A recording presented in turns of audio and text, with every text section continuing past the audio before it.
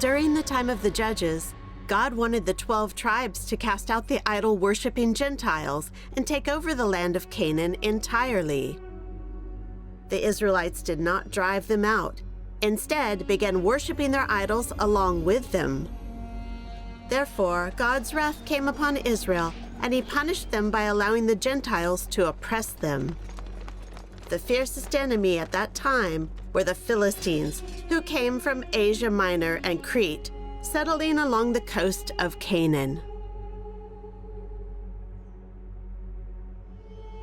In the Museum of Philistine Culture and the Eindor Archaeological Museum, you can see the iron swords and tools which the Philistines used.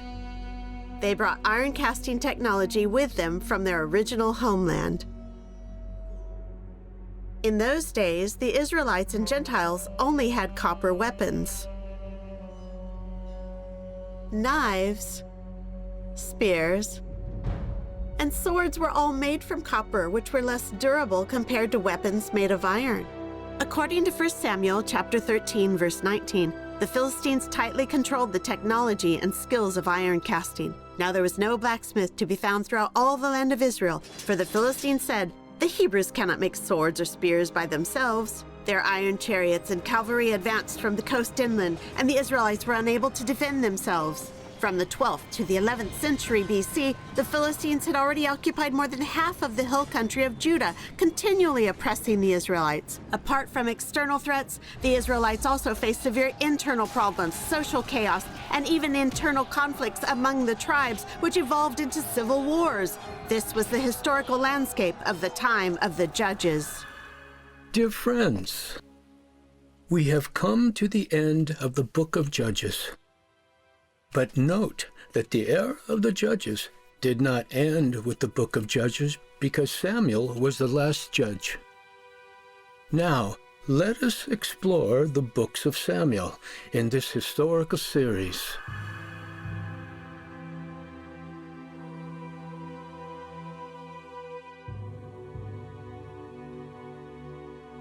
Here are the fragments of 2 Dead Sea Scrolls, and the text on them have been confirmed to belong to the book of Samuel.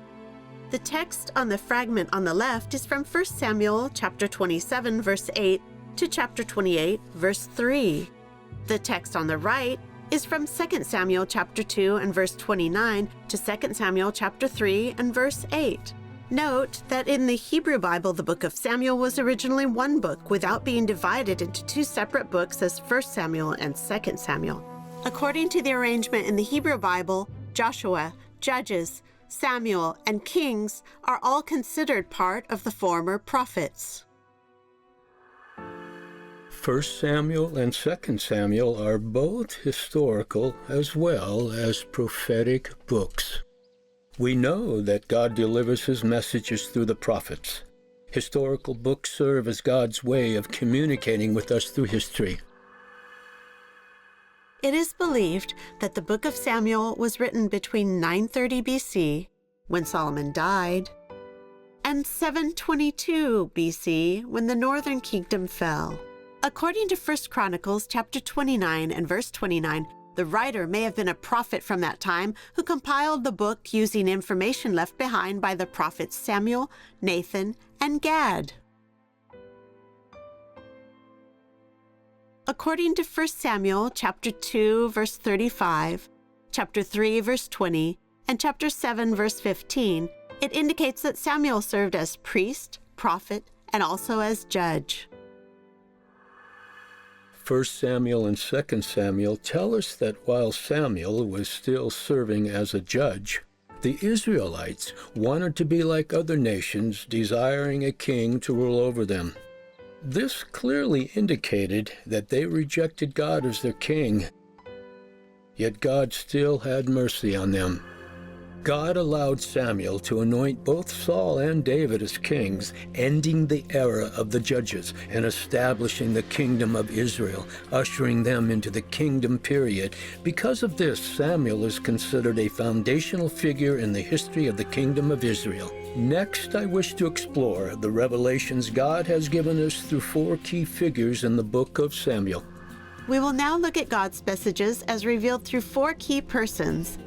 Eli, Samuel, Saul, and David. Not in a chronological order according to chapters in 1st and 2nd Samuel. Eli, Samuel, Saul, and David all had flaws in their character. Yet, despite their weaknesses, God used each one of them greatly in his plan of salvation. 2 Samuel chapter 7, verse 16 especially describes the covenant God made with David, in which he promised David a kingdom that will endure forever and that his offspring will always sit on the throne. God is faithful in keeping his word. About 1,000 years later, God fulfilled the Davidic covenant through Jesus Christ, who is called the Son of David. Jesus was resurrected from death and reigns eternally in God's kingdom. The book of 1 Samuel can be divided into 4 parts. Part 1, which is the introduction. Part 2 is about Eli's corruption and the rise of Samuel. Part 3 narrates the rise and fall of Saul, the first king of Israel. And Part 4 depicts the trials and preparation God provides for King David, as well as the conclusion of this book. At Spring of Water International Ministries, we invite you to journey with us, giving seed to the sower and bread to the eater. Isaiah 55:10. To find out more, follow Spring of Water International Ministries.